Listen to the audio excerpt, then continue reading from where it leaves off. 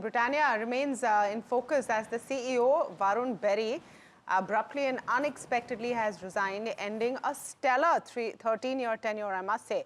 But before we get an analysis on what this means for the stock today, I'm joined by Mahima to tell us about the leadership shake-up. Just starting with the point, Mahima, that Varun Berry's tenure at Britannia has definitely been stellar.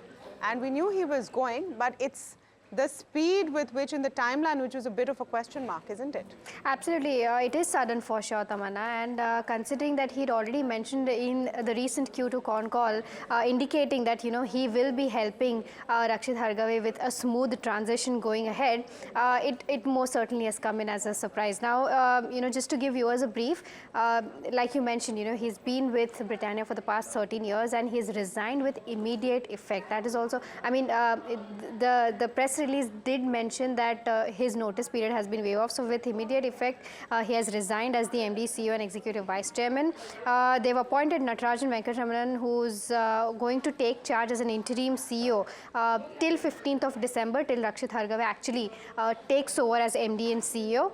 In terms of the recent statement that Varun Berry made in the con call, he did mention that when he was asked, in fact, that how will the role be different for him once Rakshit Hargave takes over, he said that he will not be handling anything directly, but he did say that my job will be to run him in and make sure that he settles down well in his role. So he did mention that, he will ensure that there is a smooth transition for Britannia.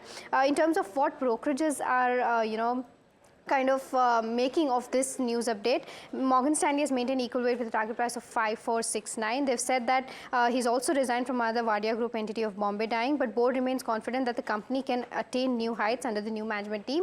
Investec has also maintained buy with a target price of 6702. Varun Berry's sudden exit just 5 days after the call has come in as a surprise is what they mentioned in the report, and they said that they would have ideally expected a smoother transition, but overall, fundamentals for Britannia remain intact according to them. In fact, for viewers' reference, what he exactly mentioned in the con call, we've tried to cut that. So listen into a slice of that conversation. So Rakshit's a great guy. I've been interacting with him ever since we hired him. And I think he's the perfect choice. There is going to be nothing, as a portfolio between him and me. He's going to handle the entire business, and my job will be to help him wherever he needs any help, right? So I will not be directly handling anything as he joins. My job will be to run him in and make sure that he settles down absolutely well in the role. So that's my role, and that's what I'm going to fulfill as we go forward. Okay, Sachin joining us, Sachin Bobade, Director Equity Research at Dolat Capital Market. He tracks the space. Sachin, very good morning to you and thank you for speaking with us. Just wondering what your first reaction was when we saw this, when you saw this last evening. Is it a bit of a, eyebrow-raising sequence of events? Because Varun Berry did say that he's going to stick around for the handover. Yeah, first of all, good morning. That was quite surprising.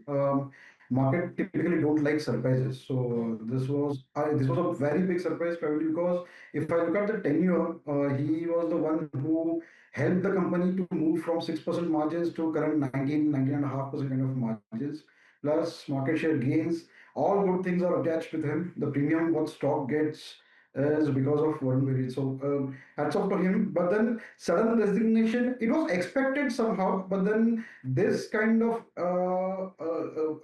resignation was not expected.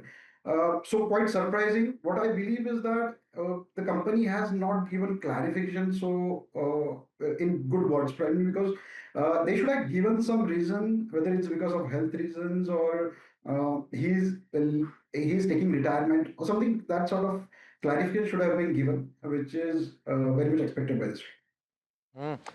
So, Sachin, more than anything else, it's an issue of, and good morning to you, it's an issue of optics, isn't it?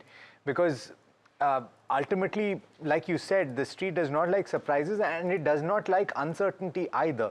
The question is, will the new management be able to carry through what you've just mentioned and the trajectory that Mr. Berry has managed over the course of the last 13 years? will they be able to take that forward? Are you asking that question as well?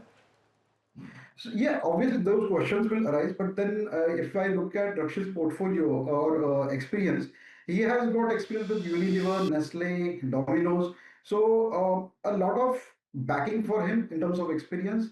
Plus, the CFO is still with the company. So Varun's vision, he I think can able to address, or if I say other way around. He has good experience with Opus. So Opus Birla also he has started with scratch. So capabilities are there. There is no doubt. Only thing is that, as I mentioned earlier, market don't like uncertainties and surprises. So that way the stock will take beating. But with if he can deliver for next say a couple of quarters or so, the stock will again. It's a good stock to hold. Performance was there. If Rakshit can carry on the same work going ahead, obviously there is no problem with the. Anyways, see if any human being would take retirement at one age, so it was only the thing that market should have been prepared for it. This time it was, I think, it was not prepared. So, Sachin, the question though is that with an assumption that the new CEO coming in is an equipped man to take on Britannia's growth mantle and what they have shown in Q2, if there is a dip because of this, would you reckon it's a buying opportunity, and what kind of dip is a buying opportunity?